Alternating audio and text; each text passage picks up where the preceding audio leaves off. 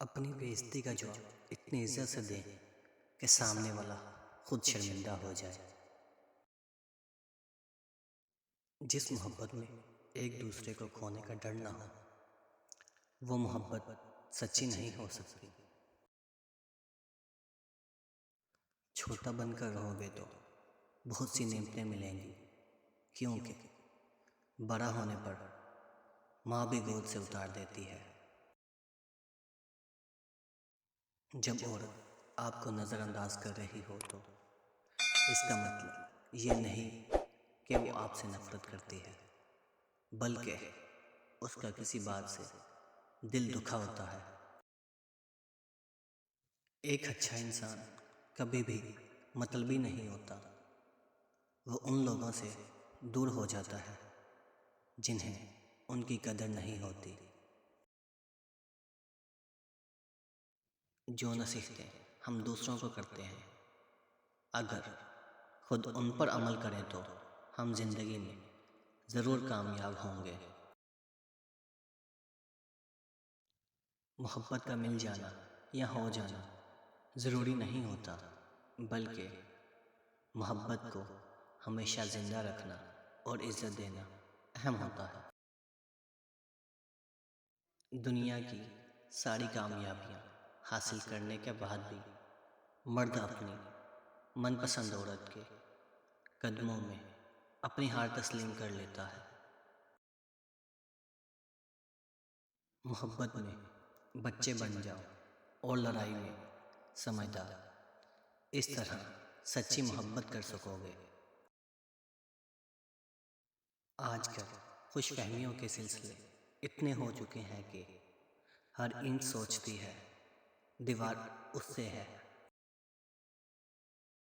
زندگی سستی سے شروع ہو کر ہچکی پر ختم ہونے والا مختصر ترین سفر ہے۔ لوگوں کے بات کرنے کے طریقے سے ان کا پتہ چل جاتا ہے، چاہے وہ دوسروں کو کتنا ہی اچھا خود کو دکھا دے۔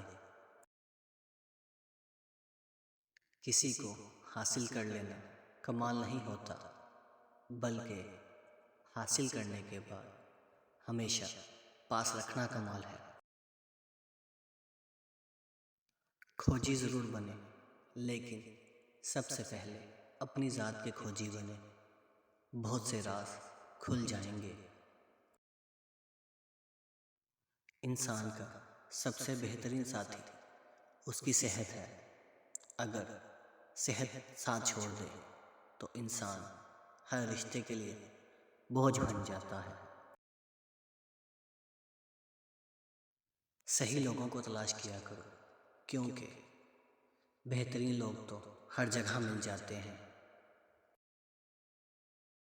شوہر اگر چاہتا ہے کہ وہ اپنی بیوی کے دل سے کبھی بھی نہ نکلے تو اسے چاہیے کہ جیسے وہ بیوی کی عزت تنہائی میں کرتا ہے، ویسے دنیا کے سامنے بھی کرے۔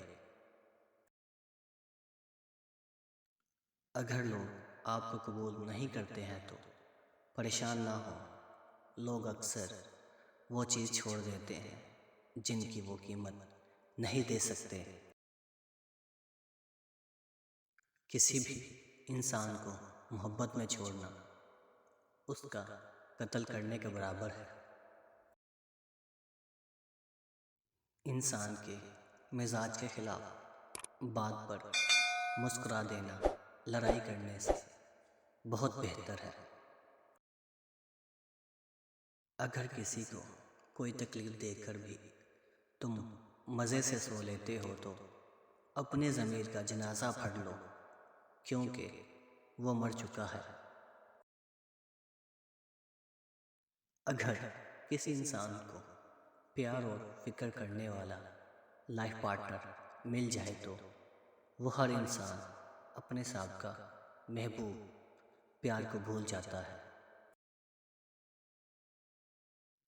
جو مرد کسی عورت سے سچی محبت کرتا ہے تو وہ کسی غیر عورت کی طرف دیکھتا تک نہیں، اور نہ ہی کسی اور کو اپنی عورت کی طرف دیکھنے دیتا ہے۔